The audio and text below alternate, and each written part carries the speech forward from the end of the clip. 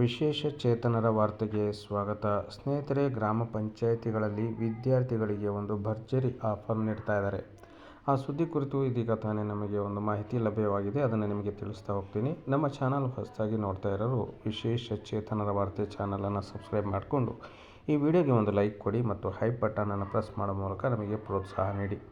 ಸ್ನೇಹಿತರೆ, ನಿಮ್ಮ ಊರಿನ ಗ್ರಾಮ ಪಂಚಾಯಿತಿಯಿಂದ ನಿಮ್ಮ ಶಿಕ್ಷಣಕ್ಕೆ 2026ನೇ ಸಾಲಿನಲ್ಲಿ ಸಿಗ್ತಿದೆ ಬರೋಬ್ಬರಿ 10,000 ರೂಪಾಯಿ ವಿದ್ಯಾರ್ಥಿ ವೇತನ. ಹೌದು, ನಾವು ಕೇಳುತ್ತಿರುವುದು ನಿಜವೇ ಎನ್ನುವ ಪ್ರಶ್ನೆಗಳಿಗೆ ಉತ್ತರ ಹೀಗಿದೆ.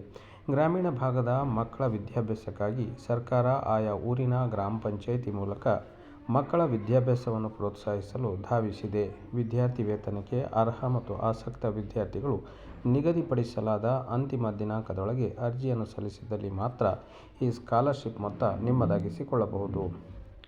ಸರ್ಕಾರವು ಈ ವೇತನವನ್ನು ನೇರವಾಗಿ ವಿದ್ಯಾರ್ಥಿಯ ಬ್ಯಾಂಕ್ ಖಾತೆ DBT ಮೂಲಕ ವರ್ಗಾವಣೆ ಮಾಡಲಾಗುತ್ತದೆ.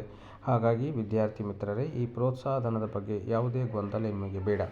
ಪೋಷಕರು ನಮ್ಮ ಮಕ್ಕಳ ವಿದ್ಯಾಭ್ಯಾಸಕ್ಕಾಗಿ ಇಷ್ಟು ಫೀಸ್ ಕಟ್ಟಲು ಹಣವನ್ನು ಎಲ್ಲಿ ತರುವುದು ಎನ್ನುವ ಚಿಂತೆ ಇದೀಗ ತಕ್ಷಣಕ್ಕೆ ಗುಡ್ ಬೈ ಹೇಳಲೇಬೇಕು. ಈ ವಿದ್ಯಾರ್ಥಿ ವೇತನವನ್ನು ಪಡೆಯಲು ಕೆಲವೊಂದು ಅರ್ಹತೆ ಹೊಂದಿರುವ ವಿದ್ಯಾರ್ಥಿಗಳು ಆನ್ಲೈನ್ ಮತ್ತು ಆಫ್ಲೈನ್ ಎರಡರಲ್ಲೂ ಅರ್ಜಿಯನ್ನು ಸಲ್ಲಿಸುವ ಅವಕಾಶವನ್ನು ಸರ್ಕಾರ ಕಲ್ಪಿಸಿಕೊಟ್ಟಿದೆ.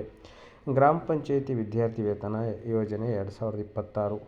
ಇಂತಹ ಗೋಲ್ಡನ್ ಆಪರ್ಚುನಿಟಿಯನ್ನು ಯಾವುದೇ ವಿದ್ಯಾರ್ಥಿಗಳು ಮಿಸ್ ಮಾಡಿಕೊಳ್ಳಬೇಡಿ. ಹಿಂದೆ ತಕ್ಷಣ ಅರ್ಜಿ ಸಲ್ಲಿಸಲು ಕೆಳಗೆ ಕೊಡಲಾದ ದಾಖಲಾತಿಗಳನ್ನು ಸಿದ್ಧಪಡಿಸಿಕೊಳ್ಳಬೇಕಾಗ್ತದೆ.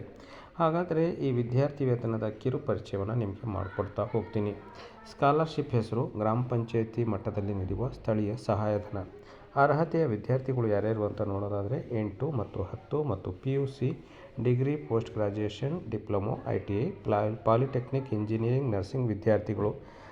ಹಾಗಾದರೆ ಯಾರಿಗೆಲ್ಲ ಈ ವಿದ್ಯಾರ್ಥಿ ವೇತನ ಸಿಗುತ್ತೆ ಅಂತ ನೋಡೋದಾದರೆ ಕರ್ನಾಟಕದ ಎಲ್ಲ ಗ್ರಾಮೀಣ ಮಕ್ಕಳು ಅರ್ಜಿಯನ್ನು ಸಲ್ಲಿಸಬಹುದು.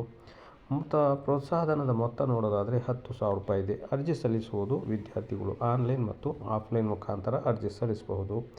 ಈ ಸ್ಕಾಲರ್ಶಿಪ್ ಲಾಭ ಪಡೆಯಲು ನಾವು ಅರ್ಹರೇ? ನಿಮ್ಮ ಪ್ರಶ್ನೆಗೆ ಉತ್ತರ ಹೀಗಿದೆ.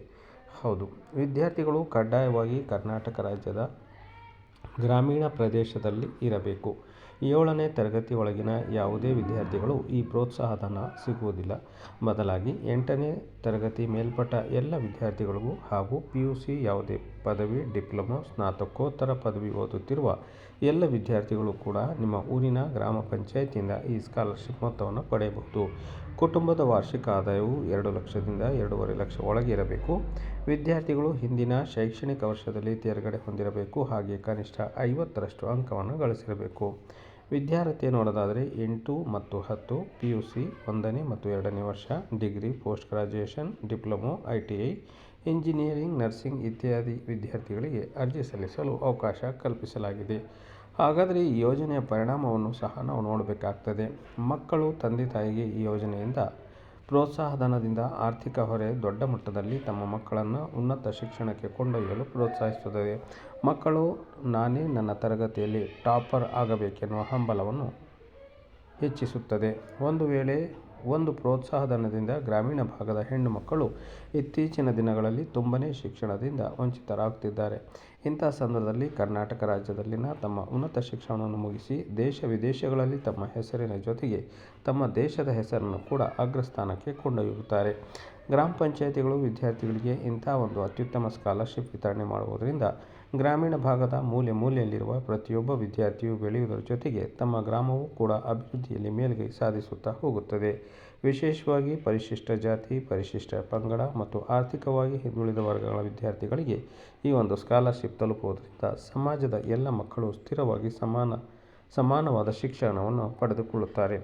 ಇಂಪಾರ್ಟೆಂಟ್ ಆಗಿ ಈ ಸ್ಕಾಲರ್ಶಿಪ್ ಪಡೆಯಲು ಬೇಕಾಗಿರ್ತಕ್ಕಂಥ ದಾಖಲೆಗಳನ್ನು ನೋಡೋಣ.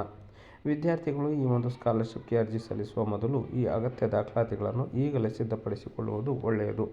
ವಿದ್ಯಾರ್ಥಿಯ ಆಧಾರ್ ಕಾರ್ಡ್ ಅಪ್ಡೇಟ್ ಆಗಿರಬೇಕು. ಶಾಲೆ ಕಾಲೇಜಿನ ಬೋನೋಫೈಡ್ ದಾಖಲಾತಿ ಪ್ರಮಾಣಪತ್ರ, ಬ್ಯಾಂಕ್ ಖಾತೆ ಪಾಸ್ಬುಕ್ ಆಧಾರ್ ಲಿಂಕ್ ಆಗಿರಬೇಕು. ಆದಾಯ ಪ್ರಮಾಣಪತ್ರ, 2 ಪಾಸ್ಪೋರ್ಟ್ ಸೈಜಿನ ಫೋಟೋಗಳು, ಹಿಂದಿನ ವರ್ಷದ ಮಾರ್ಕ್ಸ್ ಕಾರ್ಡ್ ಜೆರಾಕ್ಸ್, ವಾಸ ಪ್ರಮಾಣಪತ್ರ ಅಂದರೆ ರೆಸಿಡೆನ್ಷಿಯಲ್ ಸರ್ಟಿಫಿಕೇಟ್. ವಿದ್ಯಾರ್ಥಿ ವೇತನದ ಪ್ರಯೋಜನಗಳು. ಈ ವಿದ್ಯಾರ್ಥಿ ವೇತನಕ್ಕೆ ಆಯ್ಕೆಯಾದ ಫೆಲೋಗಳು ತಮ್ಮ ಶೈಕ್ಷಣಿಕ ಕೋರ್ಸಿನ ಪೂರ್ಣಾವಧಿಗೆ ವಾರ್ಷಿಕವಾಗಿ 30,000 ರೂಪಾಯಿವರೆಗೆ ವಿದ್ಯಾರ್ಥಿ ವೇತನ ಪಡೆಯುತ್ತಾರೆ. ಆಯ್ಕೆ ಮಾನದಂಡಗಳನ್ನು ನೋಡುವುದಾದರೆ ಅರ್ಜಿ ಸಲ್ಲಿಸಿದ ಎಲ್ಲ ವಿದ್ಯಾರ್ಥಿಗಳ ಅರ್ಹತೆಯನ್ನು ಪರಿಶೀಲನೆ ನಡೆಸಿ ನಂತರ ಸ್ಕಾಲರ್ಶಿಪ್ ಹಣವನ್ನು ವಿದ್ಯಾರ್ಥಿಯ ಬ್ಯಾಂಕ್ ಖಾತೆಗೆ ನೇರವಾಗಿ ಜಮೆ ಮಾಡಲಾಗುತ್ತದೆ. ವಿದ್ಯಾರ್ಥಿಗಳೇ, ನೀವು ಅರ್ಜಿ ಸಲ್ಲಿಸಲು ಈ ಕೆಳಗಿನ ಪ್ರಮುಖ ಹಂತವನ್ನು ಸರಿಯಾಗಿ ಅನುಸರಿಸಬೇಕಾಗ್ತದೆ. ಇಲ್ಲವಾದಲ್ಲಿ ನಿಮ್ಮ ಅಪ್ಲಿಕೇಶನ್ ರಿಜೆಕ್ಟ್ ಆಗುವ ಸಾಧ್ಯತೆ ಬಹಳಷ್ಟಿರ್ತದೆ. ಹಾಗೆಯೇ ಸರ್ಕಾರ ಎಜುಕೇಷನ್ ಫಾರ್ ಆಲ್ ಎನ್ನುವ ಮಾತನ್ನು ವಿದ್ಯಾರ್ಥಿಗಳಿಗೆ ಮನದಟ್ಟು ಮಾಡಿಕೊಳ್ಳುವ ಉದ್ದೇಶದಿಂದ ಆನ್ಲೈನ್ ಹಾಗೆ ಆಫ್ಲೈನ್ ಅಪ್ಲಿಕೇಶನ್ ಮೂಲಕ ಗ್ರಾಮೀಣ ಭಾಗದ ಮಕ್ಕಳ ವಿದ್ಯಾಭ್ಯಾಸಕ್ಕೆ ಈ ಸ್ಕಾಲರ್ಶಿಪ್ ಗ್ರಾಮ ಪಂಚಾಯಿತಿ ಮೂಲಕ ಕೊಡಲು ಅರ್ಜಿಯನ್ನು ಪ್ರಾರಂಭಿಸಿದೆ. ವಿದ್ಯಾರ್ಥಿಗಳು ಕೆಳಗಿನ ಹಂತವನ್ನು ಅನುಸರಿಸುತ್ತಾ ಅಂತಿಮ ದಿನಾಂಕದ ಒಳಗೆ ಅರ್ಜಿ ಸಲ್ಲಿಸಬೇಕಾಗುತ್ತದೆ. ಆಫ್ಲೈನ್ ವಿಧಾನವನ್ನು ಅರ್ಜಿ ಸಲ್ಲಿಸುವಾಗ ನೀವು ಗ್ರಾಮ ಪಂಚಾಯಿತಿಯಲ್ಲಿರುವ PDO ಅಥವಾ ಅಲ್ಲಿನ ಕಾರ್ಯನಿರ್ವಹಿಸುತ್ತಿರುವ ಸಿಬ್ಬಂದಿಗಳ ಬಳಿ ವಿದ್ಯಾರ್ಥಿಗಳಿಗೆ ಸಿಗುವ ಶೈಕ್ಷಣಿಕ ಪ್ರೋತ್ಸಾಹಧನ ಅರ್ಜಿ ಫಾರಮನ್ನು ಕೇಳಿ ಪಡೆದುಕೊಂಡು ಆಫ್ಲೈನ್ ಮೂಲಕವೂ ಸಹ ನೀವು ಅರ್ಜಿಯನ್ನು ಸಲ್ಲಿಸಬಹುದು ಸ್ನೇಹಿತರೆ. ಅದೇ ರೀತಿ ಆನ್ಲೈನ್ ಕೂಡ ನೀವು ಅರ್ಜಿಯನ್ನು ಸಲ್ಲಿಸ್ಬೋದು. ಸೇವಾ ಸಿಂಧು ಪೋರ್ಟಲಲ್ಲಿ ಹೋಗಿ ಬಲಭಾಗದಲ್ಲಿ 3 ಡಾಟ್ ಇರ್ತದೆ. ಡೆಸ್ಕ್ಟಾಪ್ ಸೈಟನ್ನು ಆಯ್ಕೆ ಮಾಡಿಕೊಂಡು ನಂತರ ನಿಮ್ಮ ಸರಿಯಾಗಿರುವ ಮೊಬೈಲ್ ನಂಬರನ್ನು ಹಾಕಿ OTP ಕೇಳ್ತದೆ. ಅದನ್ನು ಸರಿಯಾಗಿ ಹಾಕಿ ಲಾಗಿನ್ ಮಾಡಿಕೊಳ್ಳಿ.